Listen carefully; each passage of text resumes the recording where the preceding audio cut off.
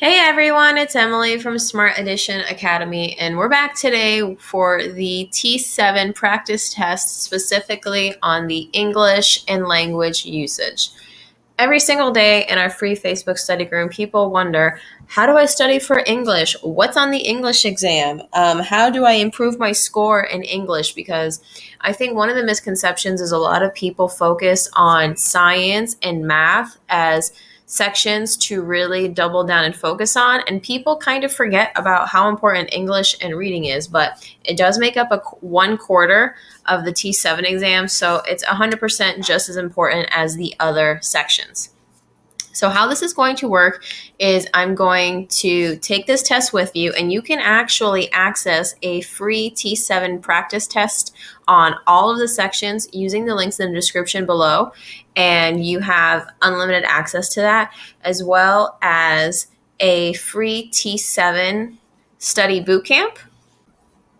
The T7 Study Bootcamp is totally free, and it actually goes over all of the need to know information for science, math, reading, English, and it includes a ton of free study topics and also bonus TEAS study material and a TEAS practice test. So you can see here that in our free T7 Study Bootcamp, we talk about study tips, and we also give you everything that you need to study to do well on not only the English section of the test, but all of the sections of the T7 test. So you don't want to miss out on that. Make sure you join using the link in the description below. Okay, so how this practice test is going to work is we're going to read the content, read the question. I'm going to give you a few seconds to answer. You can always hit your space bar or the pause button to pause the video. And then we're going to review why the correct answer is the correct answer and also provide some little tips and tricks along the way. Now let's get started. Read the passage below and answer the following question. You know what I hate? Businesses that rely on contract workers and freelancers instead of regular employees. Don't hit me with arguments about greater freedom for workers. Freedom isn't free if you're bleeding out in the street. Sound the alarm, people. Workers are suffering. No benefits means you're out of luck if you get sick and can't do your job. Plus, studies show freelancers don't make as much money as regular employees. From Rod's job blog at rodtalksaboutjobs.com. Reread the following sentence from the passage. Don't hit me with arguments about greater freedom for workers. Which of the following would be a more formal way to rewrite the sentence? A, I disagree with the argument about contract workers having greater freedom. B, stop telling me that freelancers have more freedom. C, is there actually greater freedom for workers? Or D, I've already heard arguments about greater freedom for workers.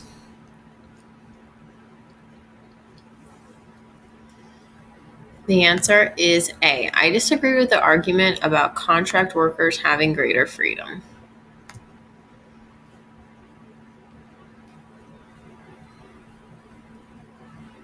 This is the correct answer because the statement communicates that the author does not agree with the argument about the contract workers having greater freedom in a more formal way. Here is why the other three answers are not correct. Stop telling me that freelancers have more freedom is incorrect because although it gets to the same point across, it is equally informal as the initial sentence. Is there actually greater freedom for workers is incorrect because posing the idea as a question implies that the author is unsure about whether or not there is greater freedom. It does not show that the author disagrees with the idea of freelancers having greater freedom. And lastly, I've already heard arguments about greater freedom workers is incorrect because this statement does not communicate the author's opinions on the arguments. It just says that they have heard them.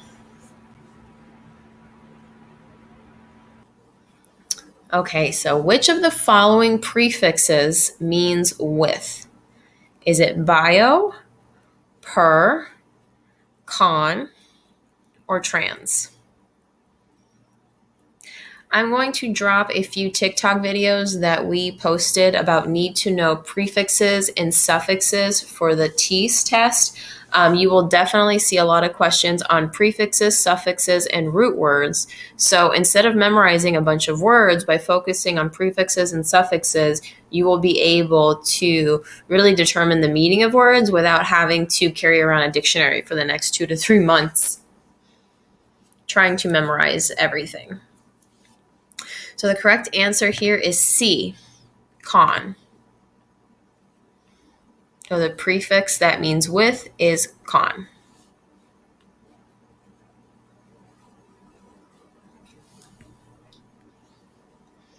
Okay.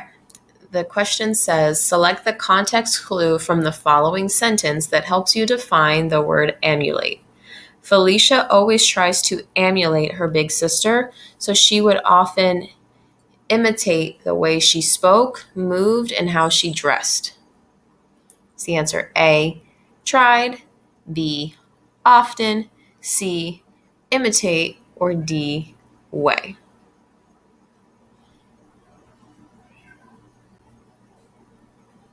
Okay, so the answer is C.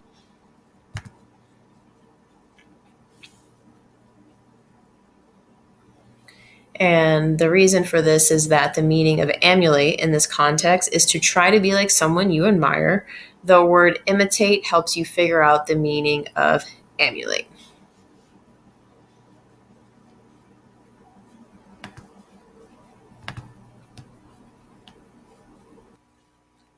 Okay, which of the following spellings is correct?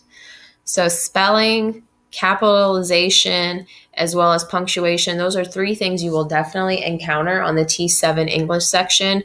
And this is just a matter of knowing how to spell really commonly misspelled words. So I'm going to give you a second here, and then we're going to point out which of these words is spelled correctly. The answer is D, dependent. This is the only correctly spelled word in the selection before us. Next question. Select a verb that correctly completes the following sentence. Select a verb that correctly completes the following sentence. Blank, not worry about it. So the easiest thing to do here is to look at your answer choices and plug it in and see if the question makes sense. Does it correctly complete the sentence? And the correct answer is do, B. The helping verb do should be used to make a negative statement with the main verb worry. What is the correct plural of chair? Is it chair, chairs, chairs, or cherries?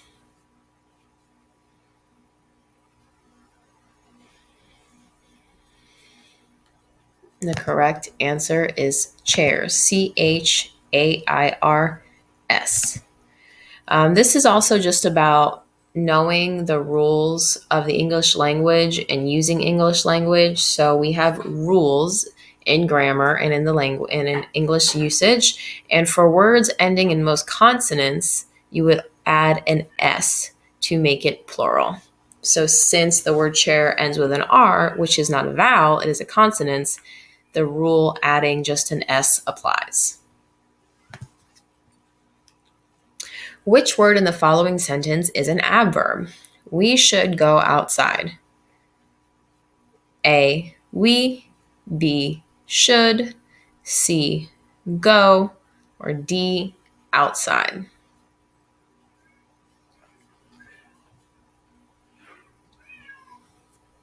And the correct answer is D, outside. Outside is an adverb and it describes the word go.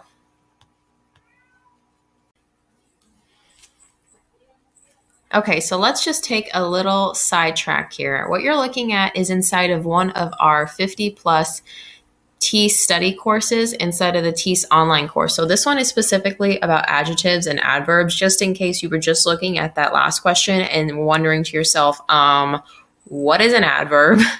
And maybe you took an educated guess, or maybe you knew exactly what an adverb was. And if you did, kudos to you. So inside of our TEAS online course, like I said, you're going to have 50 plus lessons, and each lesson has multiple videos that explain each of the concepts, as well as a study lesson that's been adapted from our best-selling study book. And here you can see different examples of what adjectives are, adverbs, how they relate to one another. You can learn the differences between an adjective and an adverb, and then there's a quick review. And as you can see here on the side of the screen, we have this for chemistry, introduction to chemistry, life sciences, all of the A and P sections, and so much more. So that was a quick interruption, a quick little break. Now let's get back to the test. Identify the independent clause in the following sentence. You need to call your mother as soon as you get home. A, you need to call your mother. B, as soon as you get home. C, you get home. Or D, you need to call.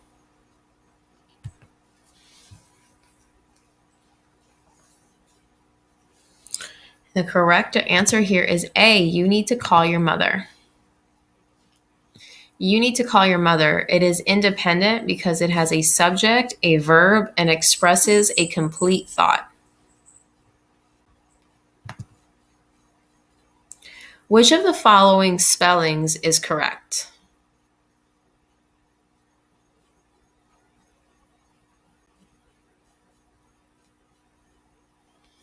The answer is B, possibility.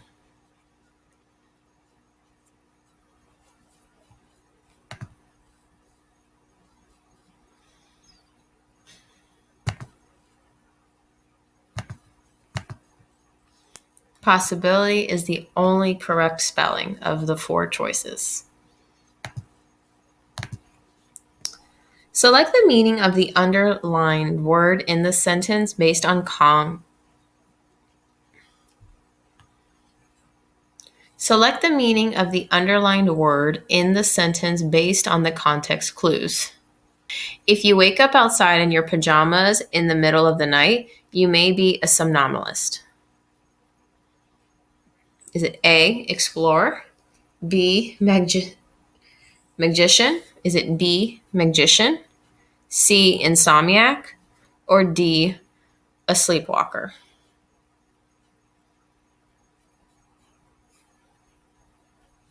The correct answer here is going to be D. And a lot of the times with the T7, you're going to find that at least one or two of the answer choices don't make any sense. So in this example, the word explorer and the word magician don't have anything to do with this, and so you can rule them right out. Then that leaves you with insomniac and sleepwalker. Both of these are viable options solely because they have something to do with sleep. But when you reread the sentence again and you say, and you read to yourself and you read, if you wake up outside in your pajamas in the middle of the night, that leads you to believe that you are a sleepwalker. You woke up in the middle of your sleep and you walked outside in your pajamas. Whereas an insomniac would refer to you're trying to sleep and you're laying there awake and you can't sleep. So that's why D, sleepwalker, is correct and not insomniac.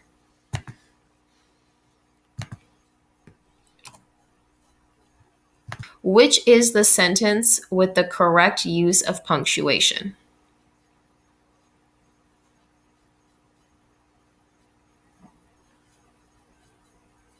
The correct answer is D, I cooked, comma, so I could eat dinner, period. Commas are placed before coordinating conjunctions. It also allows you to explain the relationship. You cooked, comma, so that way you could eat dinner. The other two in the middle here, answer B and answer C, don't make any sense.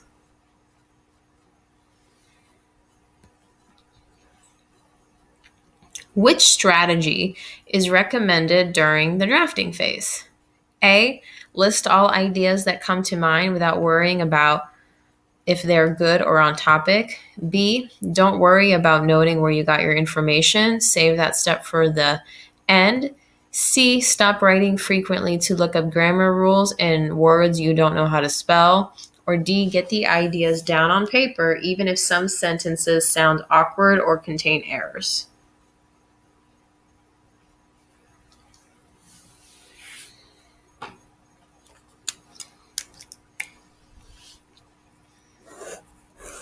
Okay, the answer is D. Get the ideas down on paper, even if some sentences sound awkward or contain errors. So, drafting is all about getting your ideas down on paper. You can reread it later to fix awkward sentences and error. So, one of the new topics that you're going to find on the T7 is using the English language to convey or express ideas using writing. So that's why they're asking you a question about writing on this practice test. So the question says, again, what strategy is recommended during the drafting phase? So the drafting phase happens after your brainstorming phase, but it happens before your proofing. So if you know the order of how writing should be in structuring an essay or any sort of written piece of content, that makes D correct, because the point is when you're drafting is you just need to be writing, and then you can be flushing out and doing editing and proofing during the next phase of the process, but that's not yet happening in the drafting phase. Select the pronoun that could be used in the following sentence. Mrs. Sato blank lives down the street, is 99 years old. Is it A, she, B, who, C, which, or D, whom?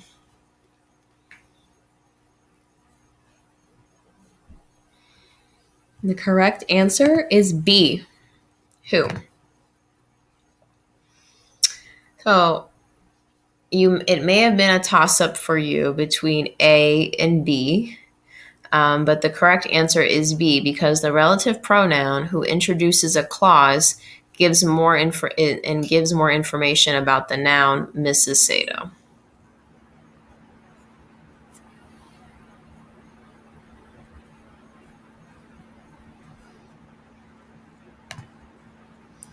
Which of the following is an example of a complex sentence? Timothy got a massage after running. After running, Timothy got a massage. Since Timothy went running, he got a massage. Or D, Timothy went running and then he got a massage.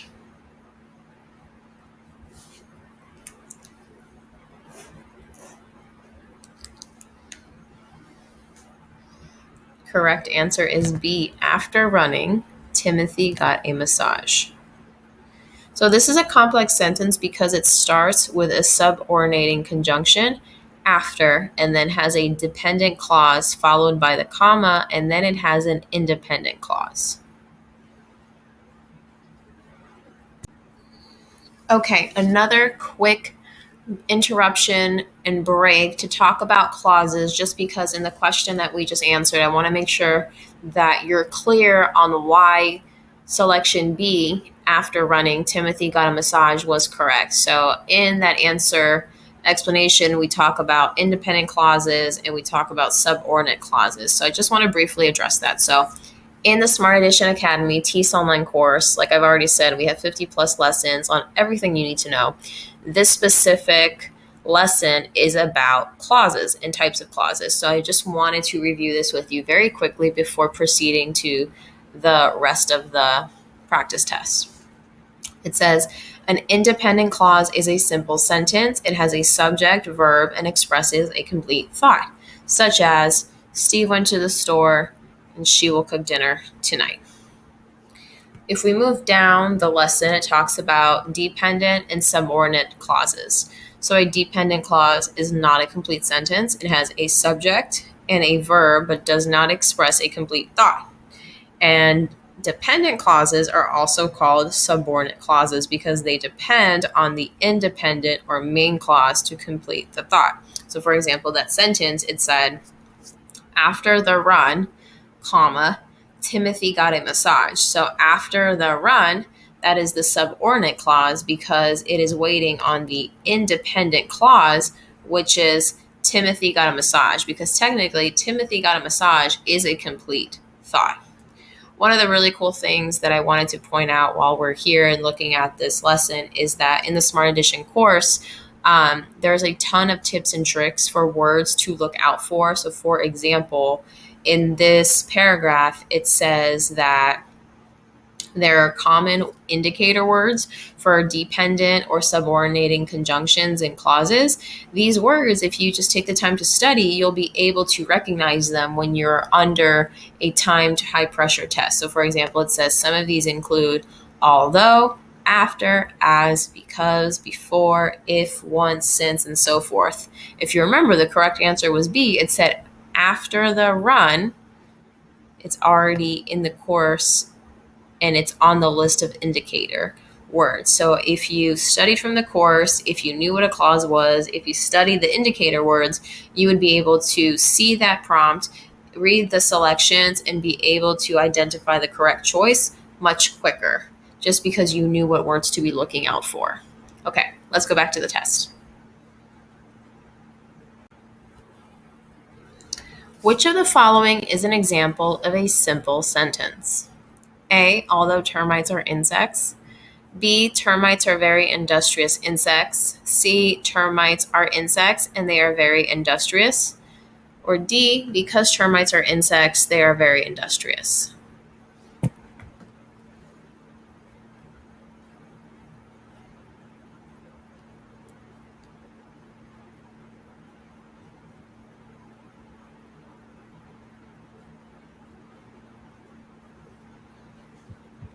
The answer is B. Termites are very industrious insects. So B is correct because this is a simple sentence since it contains one independent clause, as we just talked about, consisting of a simple subject and predicate. Which of the following spellings is correct?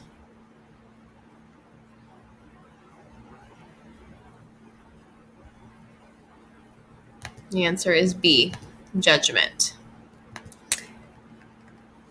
So judgment is the correct answer. Judgment.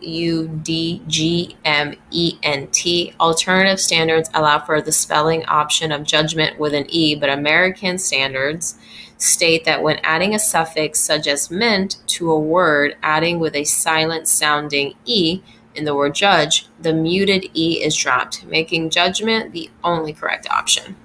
And again, this goes back to really understanding the rules of the English language. Julie has remained intransigent in her stance on the issue. Is it A, stubborn, B, indefinite, C, passionate, or D, outspoken?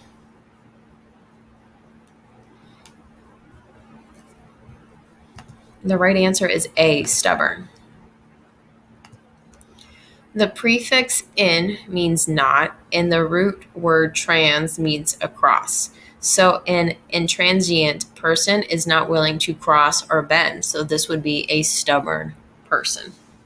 You could also use context clues to answer this question. So looking at the word remained means to stay still, right?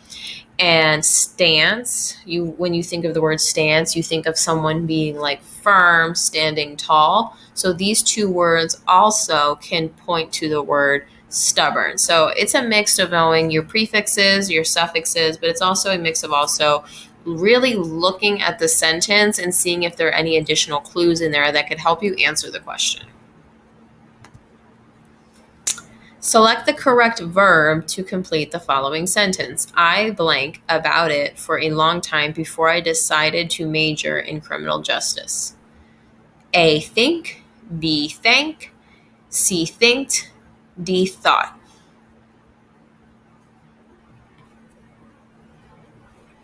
And the correct answer is D, thought.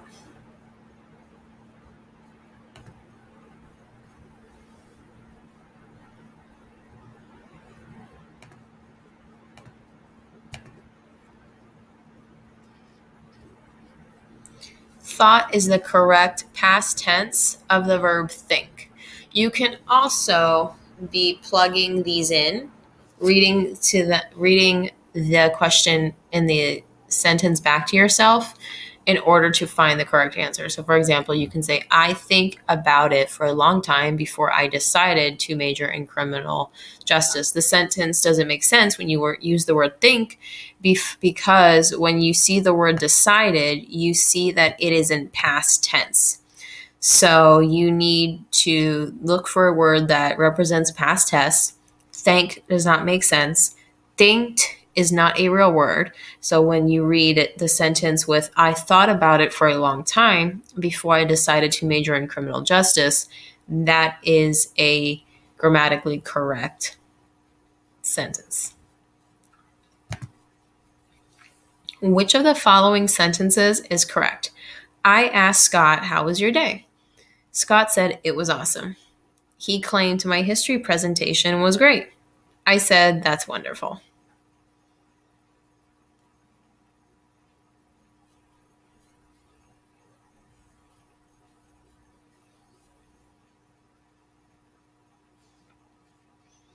The correct answer is C. He claimed my history presentation was great. The quotation marks are enclosed direct statements.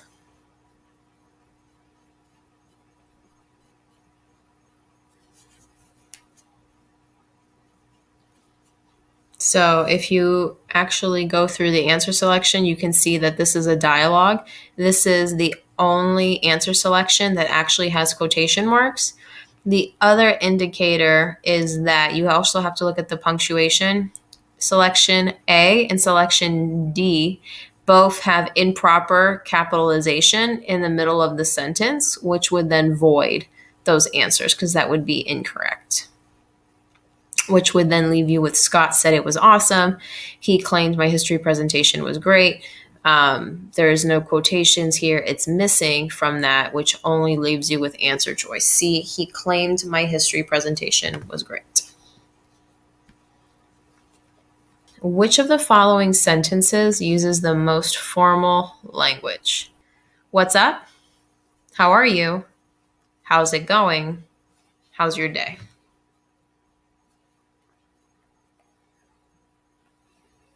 The correct answer is B. How are you? How are you is the only sentence that does not have a contraction, nor does it use slang. So what's up is slang. How's it going and how's your day both are using contractions, which does not make them formal, which leaves you with answer choice B. How are you? What is the sentence with the correct use of punctuation? Off.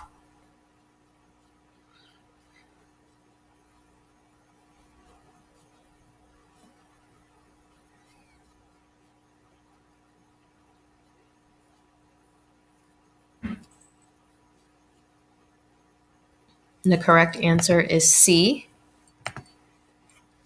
Off-campus apartments are nicer. The hyphens are used for compound words that are placed before the noun to help with an understanding. So off-campus has an hyphen here. The noun, person, place, or thing is apartments. And this is the adjective. You can also do process of elimination. Off hyphen campus hyphen apartments is inaccurate. Off campus being one word is inaccurate, which leaves you with then off campus or off hyphen campus. So when you know the rules of English language, you would know that you need a hyphen for a compound word when it comes before the noun, leaving you with answer choice C. Why is it not recommended to edit while you write your first draft? Here's another one of those new questions about the writing process and expressing ideas in writing. Why is it not recommended to edit while you write your first draft? Is it A, it is pre-writing, B, it wastes effort, C, it clouds your judgment, or D, it changes the organization?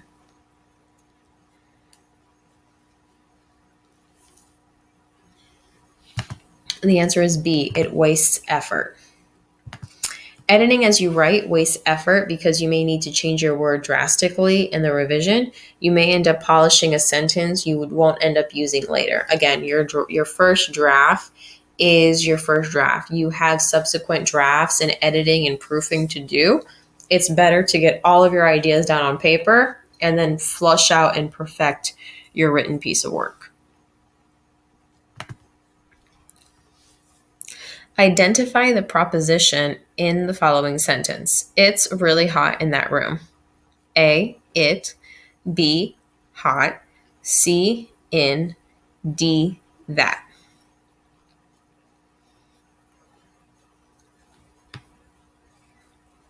The answer is C, in. In is a proposition. Which is the sentence with the correct use of punctuation? The book was amazing. She couldn't put it down. The book was amazing. She couldn't put it down. No, start over. Which is the sentence with the correct use of punctuation?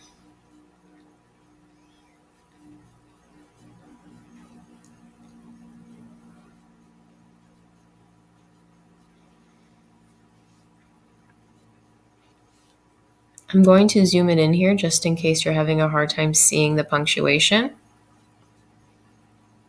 Which is the sentence with the correct use of punctuation?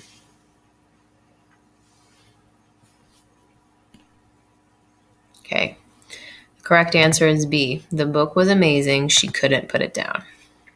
The book was amazing. She couldn't put it down.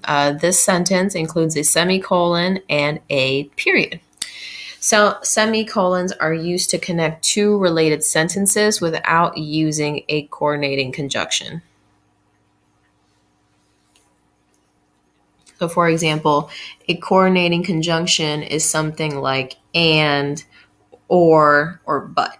So since they're not using any one of those words in the sentence, they're able to use a semicolon to make the sentence flow and be correct. The best way to rule out answers or eliminate them, so to speak, is in C or D, they're using the word so, which is a coordinating conjunction and therefore would not need these semicolons. And A is not correct because they put the semicolon at the A is not correct because they put the semicolon at the end of the sentence when at the end of the sentence there should be a period. The semicolon is not in the correct place here, leaving you with the correct answer, B. What is the correct plural of century? Centuries, centures, centuries, centuries. Not sure how you would pronounce D. Let me know in the comments how you would pronounce answer choice D. Okay, the correct answer here is centuries. So like the question from earlier, we were able to identify the correct plural of chairs because we thought about the rules of chair ending with an R. R is a consonant, therefore we just add an S to that. There's a similar rule for words that end in Y. So when a word ends with Y, you drop the Y and you add an IES, which gives you centuries. Select the sentence that correctly answers the following question. What were you doing when the thunderstorm started? I mowed the lawn. I am mowing the lawn. I was mowing the lawn. I have mowed the lawn.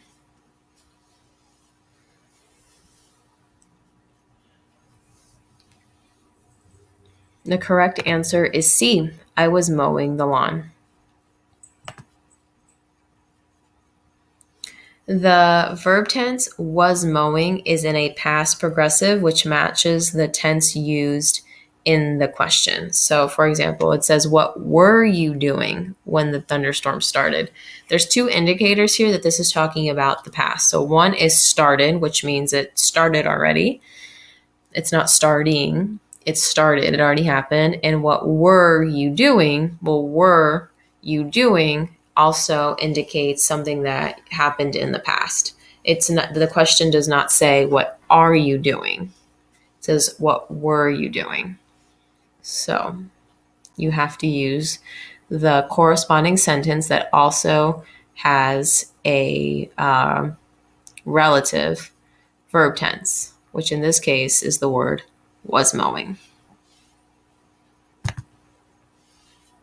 Okay, so in the beginning of this video, I dropped the news to you that the T7 was going to have more than just multiple choice questions. There's going to be new question types that appear on all sections of the T7. Now, as you've already kind of have been getting a feel for what the test will be like through this practice test, you already saw that it's mostly going to remain multiple choice questions, but they are going to throw a few curveballs at you, so to speak.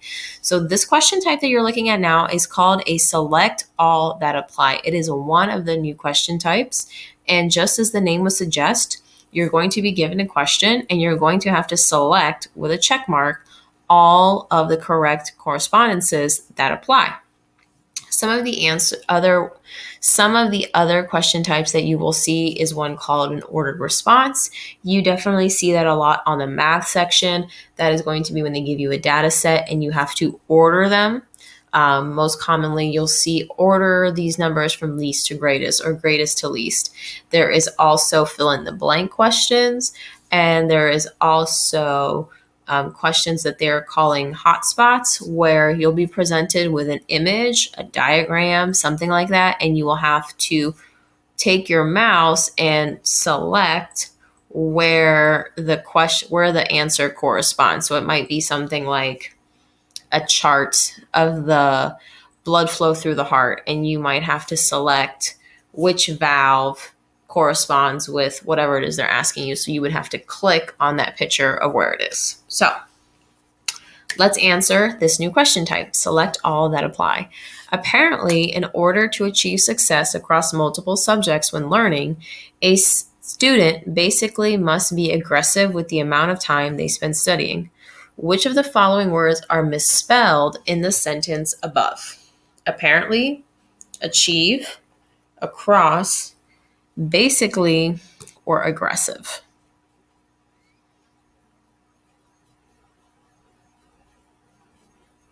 Okay, I'm going to give you another second here. The word apparently is misspelled. The word aggressive is misspelled. And the word achieve is misspelled. Let's check our answer. Correct. Another important thing to know, so pretend I would have only said apparently and aggressive is misspelled, and I would have missed achieve. So I would not have gotten partial credit. I would have gotten the whole question wrong. Because I missed one of the three answer choices I was supposed to select, I would have gotten 0 points essentially for this question type.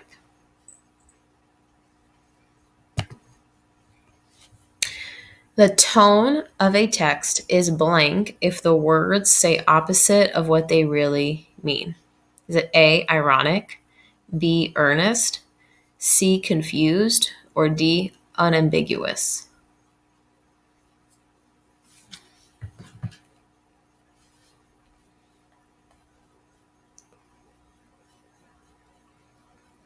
The answer is A, ironic.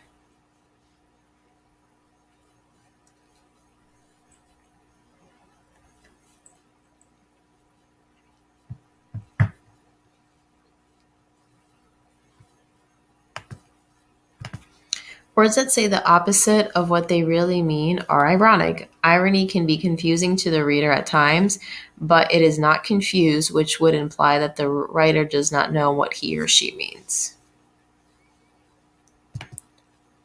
Which term refers to the feelings a text creates in a reader? Tone, irony, mood, or theme?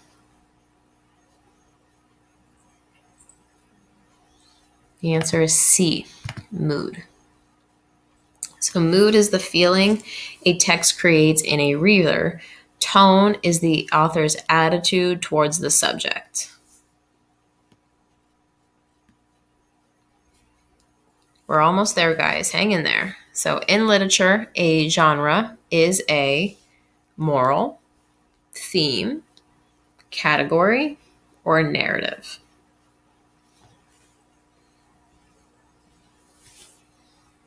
The answer is C, category. We use the word genre to discuss categories of literature, so that can be something like romance, drama, fiction, nonfiction. These are all different genres or different categories within literature. And here is the last question. Which term describes the most likely structure of an essay about the similarities and the differences? Which term describes the most likely structure of an essay about the similarities and the differences between World War I and World War II? Would it be technical, expository, cause and effect, or compare and contrast?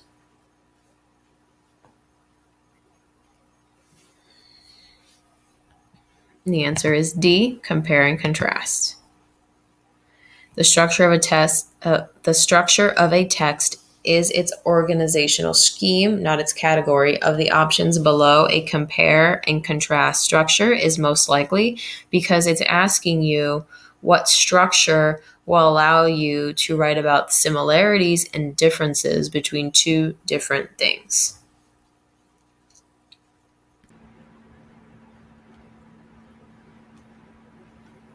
Select the correct verb to complete the following sentence. Our family blank staying home for the holidays this year.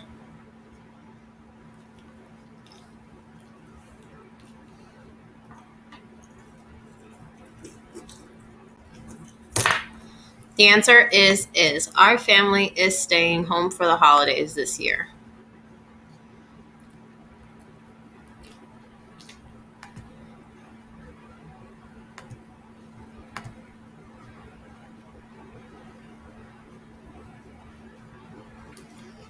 The subject family is singular and it takes the verb is. Select the correct verbs to complete the following sentence. Where blank everyone. What blank they doing? Is it A is and is, B is and are, C are and is, or D are and are?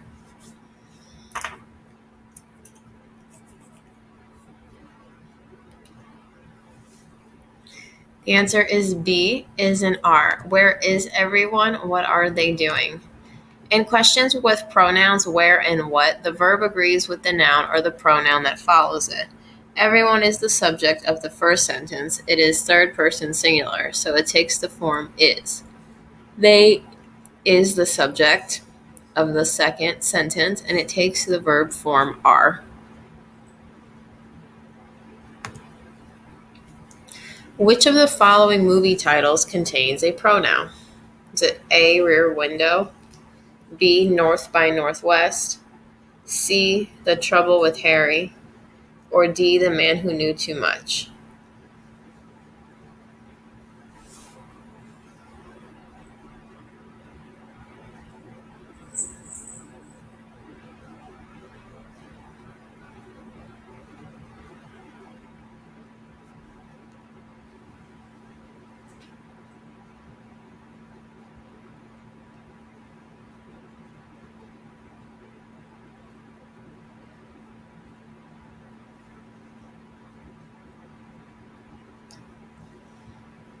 The answer is D, The Man Who Knew Too Much. Who is a pronoun and who is a pronoun and a pronoun is a type of word that replaces a noun. Reminder, a noun is a person, place, or thing. Pronouns are words like she, you, him, them, this, who, to name a few. And just in case you thought it was answer C, The Trouble with Harry, Harry is actually a proper noun because it is someone's name, not a pronoun. Okay, here we are. Last question. Select the correct words to complete the following sentence. I have blank due tomorrow. A, many homework. B, many homeworks. C, a lot of homework. D, a lot of homeworks.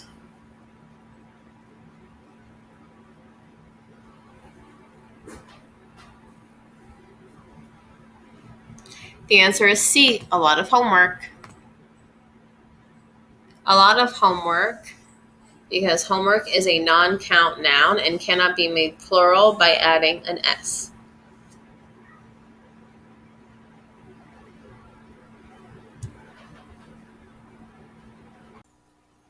And that's it. So at the end of every practice test, you're going to see this cool little page. And basically what this does is it's evaluating your results.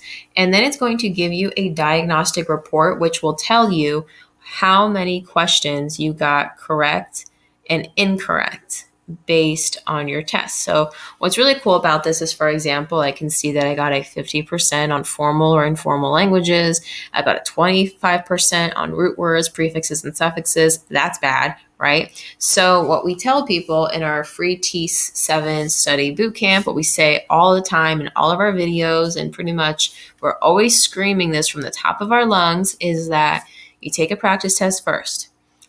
You do it in this way that we have. We evaluate our strengths and weaknesses. So, for example, strength, tone and mood and transition words, strength, conjunctions and prepositions, even punctuation. Why are these considered strengths? Well, because I scored really high on these question types and basically the subjects versus, say, the 25, the 0, and the 0. So, what we would tell you to do next is to make a plan to study those individual topics. So like I was toggling back and forth, showing you snippets of the online courses, you would want to crack open the lesson on pronouns, crack open the lesson on context clues and multiple meaning words, study the material, watch the videos, really dedicate yourself to it, making a plan to study your weaknesses using study materials that make sense to you, incorporating those study sessions for at least a week or two, and then going back and taking a test again, you're going to see little improvements in your test scores. And that is literally the best effective way to boost your TEAS score. If this was helpful, make sure you like, make sure you subscribe, and even share this with a friend who's studying for the TEAS 7. I want you to go down to the links in the description below, because as I've been telling you throughout this whole video, we have awesome things for you. You can sign up to join the free TEAS 7 study bootcamp. You can grab a free TEAS practice test. You can join our free TEAS Facebook study group. You can follow us on TikTok and IG, where we post awesome content. Like I was telling you, we have videos all about prefixes and suffixes, really quick, easy videos for you to consume. So when you're scrolling, you can be studying, okay? Productivity is key. Study where you scroll. And that's it, guys. We're going to see you in the next video. Make sure to check out our channel to learn more about everything you need to know for the TEAS 7.